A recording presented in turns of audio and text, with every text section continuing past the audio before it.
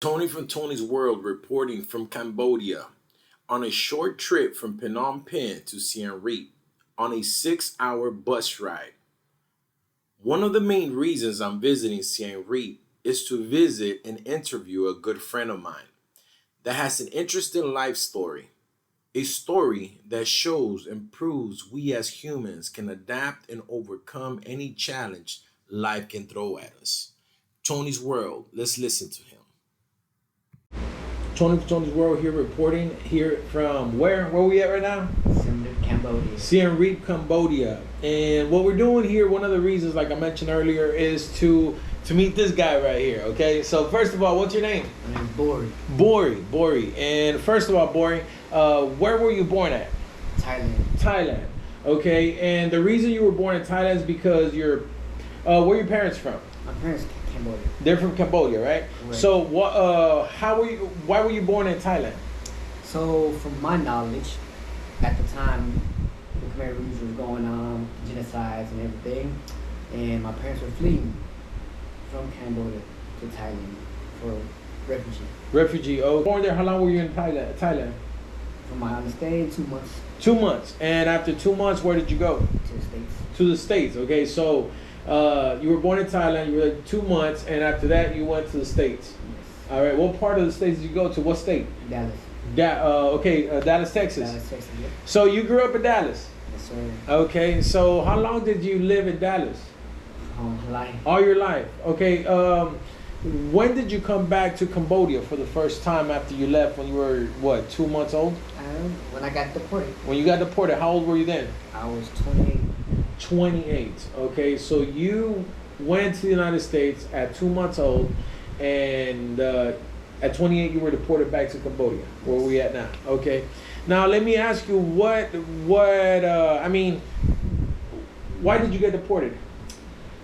Growing up, made a whole bunch of childish decisions, that I obviously regret, but can't take back. Therefore, there were consequences and repercussions behind my childish actions, and after doing time in prison. So you went to prison. Yes. So going to prison got you deported. How long were you in prison? I was in prison 10 years. 10 years. So basically, you lived in the state 28 years. Out of those 28 years, the last 10 of those 28 years, you were in prison. Yes, sir. Okay, and so living in the United States 28 years, out of those 28 years, 10 years in prison, you were sent back to Cambodia. Correct. Now that's what I'm curious about. That's what I'm curious. Let's leave it at that. Just listening to him, there's a lot of curiosity to know more about his life. But let's stick to the objective, and that is, I want to know how it felt. Okay, that's the first question. How did it feel coming back home? Well, coming back to Cambodia, how did it feel when you first got here? I mean, at the end of the day, my perspective, you're American as far as mentality was, Yeah. So how did it feel once you got back?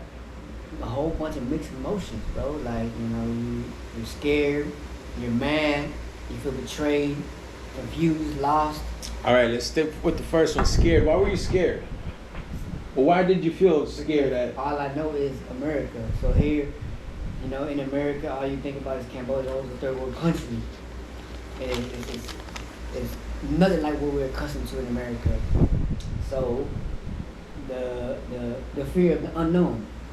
Okay. Just like in prison, when you go to, if you ain't never been to prison, it's the fear of unknown.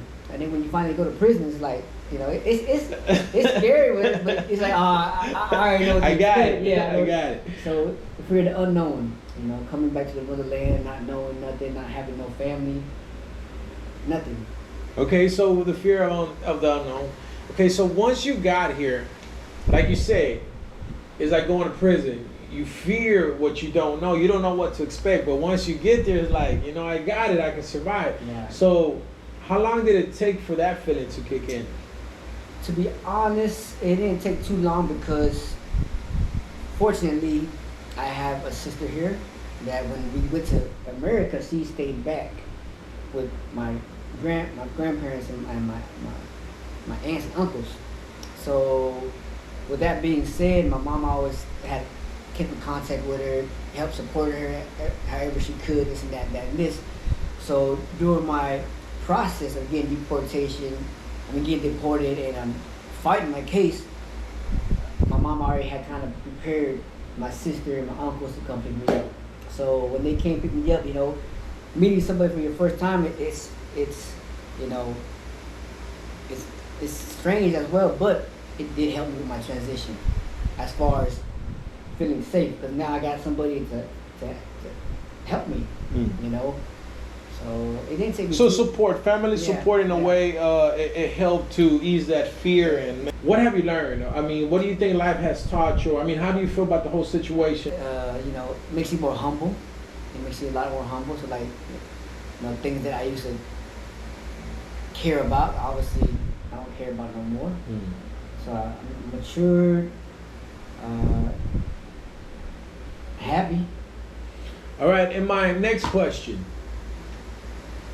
Where do you see yourself at? All right, we talked about your past life and where you're at, and you sound content. You sound like, it's all right, it's a lot better than where you started. So my question is, where do you see yourself 10 years from now? Your goal. What are your goals as far as where do you want to see yourself? Definitely in 10 years, I would like to have my own place. Something that's very important here in Cambodia is. When you say your own place, how does your place look? Oh, it's definitely gonna be about 2 stories, because that's then how Cambodia is. They don't have big houses, because big houses means big money. So you take a small spot, but then put levels to it.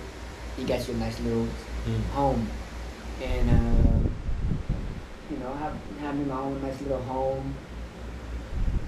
Have my family, good job. Kids going to school. Just the typical life. The typical life that I thought I was leaving behind. No, I'm really not. All right, we're here with Cambo. We're gonna try to make another video because I'm curious about how old were you when you made your mistake in Dallas, Texas?